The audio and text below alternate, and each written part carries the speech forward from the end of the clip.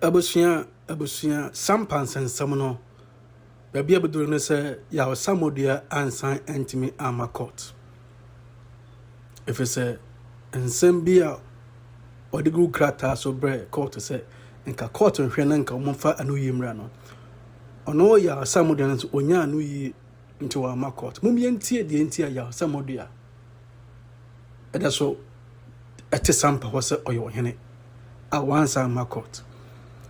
na me ka wo se gonja fo nyina hene jabon wura ohene kese gonja fo nyina o mo hene kese pa a amahene hye na se e ba menhia o so wontimi ntena so wan tutu ne nan en free gonja mem a ma chia opem so sante hene wontimi ntena until on the 1st of July gonja fo nyina hene e ba menhia we yen kai bo kese a ye de mamo na mum yentie de yentie ya Sammor so dwane o so wo yede yo mum yentie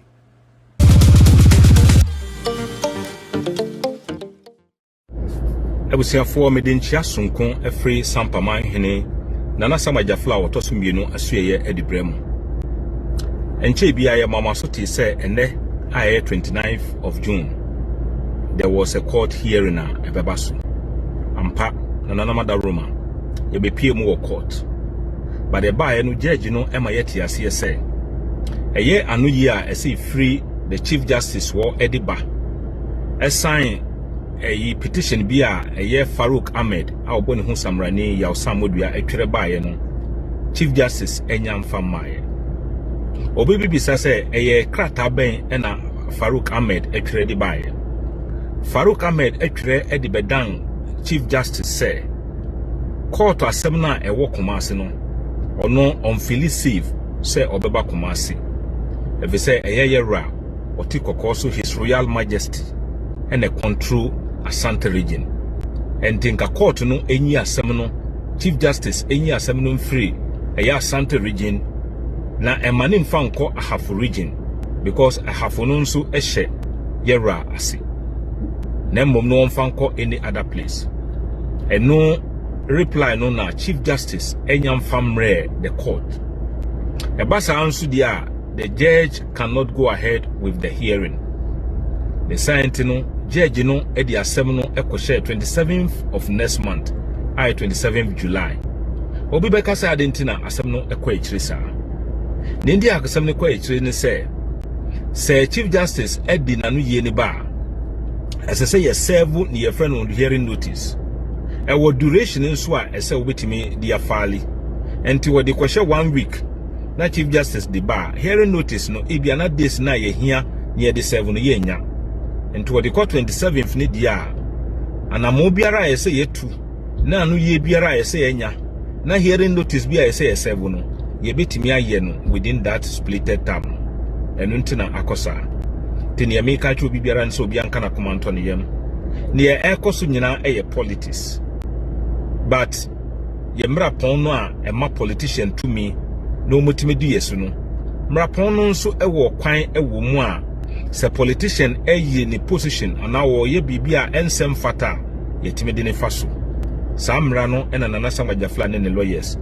faso yi timesre nipa bebre frame say die ena regional minister yi ena me se munko na munko the circuit court ewo brekum moko apply for judgment I was Sampa nsem ewo ho nyina mo behunu se ono lawyer akaboa ena na ye lawyer edi matu trafo ne titrepa emre bia na ye yie awmo ba e ba ataki ya omudi tuo eka sojani samre no eye lawyer akaboa na ye omo lawyer suma hene lawyer akaboa ena ne lawyer emre na do ma hene epe obi na wababa start Sampa nsem ya edi to trust mu nyina bebai la yakaboy no kofa na oye lawyer e wo Sampa nsem no ne senti ne wo yesese ya no ade a wantimi amfa mra kwan su Ghana mra any court system achieve no no ena sese a wababa regional minister no opeso o use the position no dey achieve but ye no send omotiti ya ye nimra ne amamra ne amane no ye nkasa obi ye bibi nso ye nso ye koye gidigidi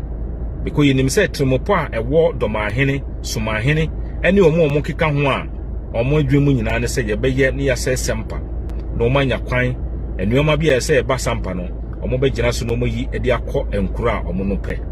bare omo sala zuri no ye be yusu Ghana mra Ghana mamre na ebe ye bibia ti ne me kan tro bibia nso obi anka na komanto ne yam mo amone ye businesses mo amoye adwuma wo Sampa obi biara kan wakomato yam ye nya ade a ebe se ye nananam kuro ne ye nanasam ajaflo wodi kan ne nua yele mo dan ebe chichire ye edidi mu ama nana kofisu na otoso mienu free mu nanasam ajaflo ebe di na die nanasam ajaflo otoso mienu nam ne so emane nse Sampa mesremo na momo bebre nso frɛ me ebisami eye Mandela Kwame Sapo num ni omo keka ho eye odiobi Adama Watara num kasaye na dia na me woka ye me ka kire mu nyina ne se nokore ne de eda hodada nokore no eda hodada obi biara opese ohunu nokore no di nokore echi no ehunu ewo nkrata asem mu ni bibia ewo ho na Adama Watara de bia me bompa ye ma no menim situation awo mu onim nkrofo na odi kodi omachi no oye mistake say o sign na chisese ya ade omude be ye no enye fe enti ono de me bompa ye de bia e de man say ye nananom be bɔ ne ho ban na mrepam no wasan be fie e ma ye nyina ye hwɛ ye nananom japade enti beda obi biara ase ensem o mu kan ne nyina no eye mogu ensem bia na o mu keka no obi biara woni mra no oni mamamre no enim say ye ebi kura o mu kan say ye nya independent no ama akonwa bia e de ne ho wan na kan sa akire mu enti eduru point bia omu ye nneoma bi e na me wa akonwa tuntum wan na ka kire wo say edan a akonwa tuntum da mo no dihye e na hwɛ sa dan so enti sɛ obi ekofa akonwa tuntum no pe na odi kɔhwɛ dan bi mu a eno ma na dane dihye ana eno ntina emra banda eben ye omu nkonwa semba ya travel ye call Supreme Court. The Supreme Court to can say the possession of a blast tool is not the condition precedent for one to ascend a throne. The Okan nyina say enya akonya tuntum ene say nipa nsa ka ansa na ye dinasi akonya so because akonya tuntum no akonya na japade enti obi fa koti kwan so no wodigi a obedi ade wi a obefa mra kwan so na wagiwade te mesremo obi anka na komanto ne yam mra ne amamre na samba jafla be faso na Sampa fa na ntuma fafra na ye ma etimi anya asundwe etimi asuade etimi akwenkan na businesses be ye adwuma no eno obeye ti meda obi biara se nyame ya adam 27th of July ye be sen aba court na animti abo a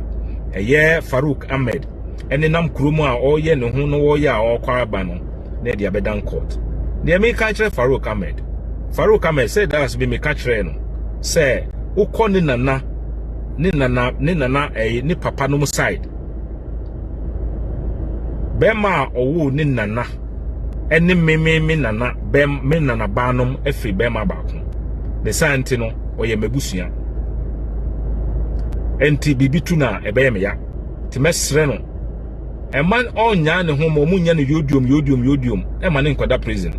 oye lawyer a woni mra oma politicians ana nkrufo bi hye na chi no mu ya ebeduru mre bi a ye be chi no ne yedi ne kotum no nkwa ne nam ede Farouk Ahmed mesro se obetu hofo na wagya nneoma bi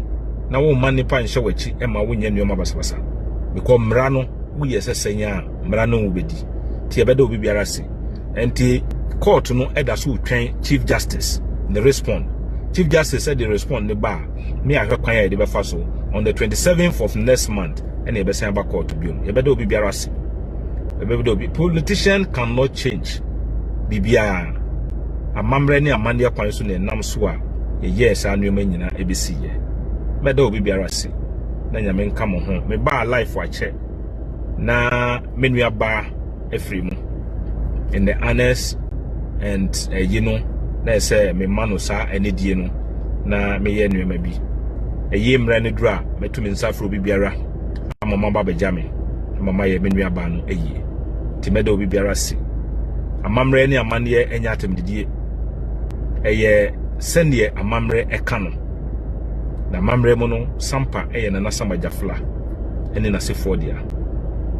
eno ena ba bedi ne nsai ti meda obi biara si enya atemdidie ena wo yesei ena yesi enye no na ekire maame na enam so a yebechichire Sampa krodua no na sefo ene hwan no eno ena mra no ka eno ena amamre eka eno ne yebobo ya ebeduru samre ntimede obi biara si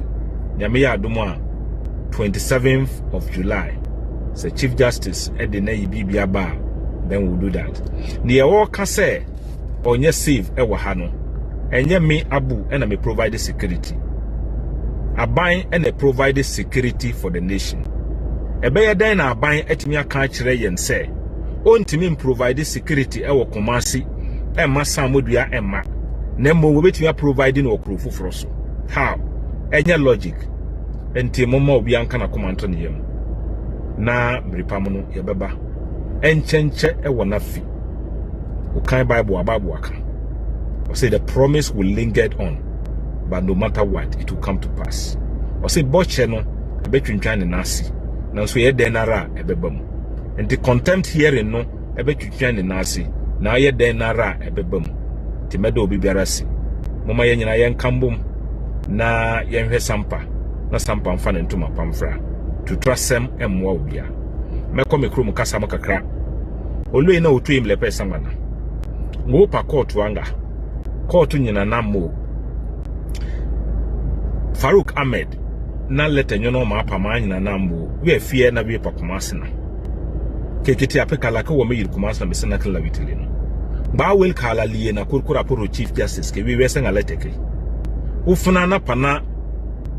kala ne na pana ku yoje adwe pa na kala nga we cha nyina ba wutam pana ke seleke ni kiti aje adwe se na kala ke ne nyepo ake wo yemi kible folio na ko na hye ke wo lur pa court lo ame mo ngiti awsena ke ne kurumi na mo pana kala ne court apeki yo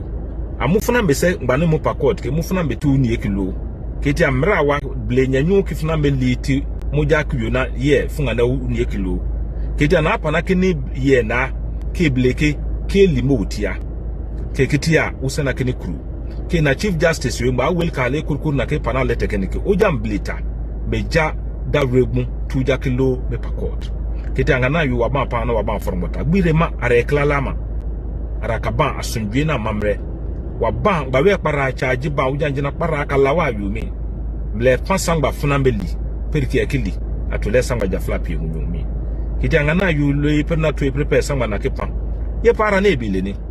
ese tibuni elie ye kuro tieti akekla na ewel somo ye wotunumu somo olele waba fal olele loni ma per bundi mlepe wotia peke klalata sumaye nyonome bepa wotia nga trakul na pe wotia nga nyanyin anga periya nga akolu ngindra na ahoya ke ya na sangba panli kitafon lekie ke ne yeti sumaye ke kla nyonome ke kla opa bana edal lawe nga no mweki pa wa yedie pecha because na yedie kapati yake na keke kamumna na songbo seye na mo ya falkula ke mo ya sa ya yori beswata na mo ya yori kwa mo ya tuyo meswata kitangi kitango sa tawakru ba we oti ake cha klala ni te tape kulu tipeti ake kla ke ana wa badal se tipompo ofena na pese na ne abrutrina ke kitia opa me pan lele arekla tipe ko sana na abrutrina na mo lor kabunye soru mo lor are pia pese na abrutrina enshiranga sa ke yelkunu mepa se lor kabungo soru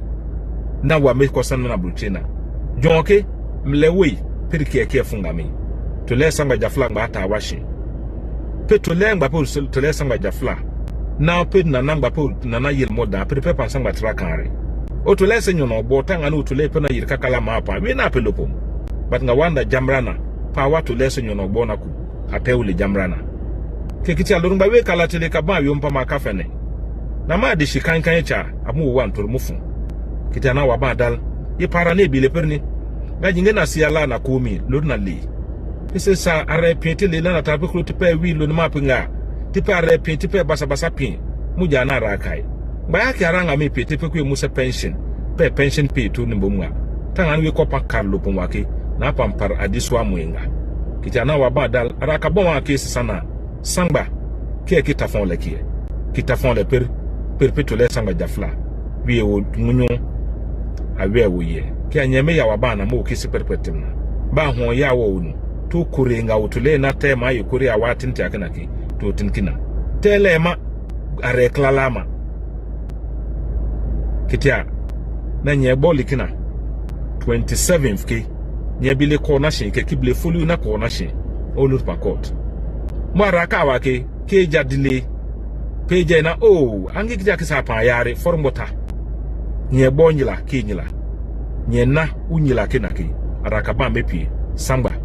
beke yongo don nobel metona tiabusiafo medamasi nyame nka obibiara ho na omo obibiara ho ban na na sanga jafla otosomienu sampa mahene one na busiafo ene sampa adishi kronkron ene timamufo mo sampa omo paso ndwie obibiara edi aseda edi mamo mrepamo mo beti yenka medamo nyina ase piao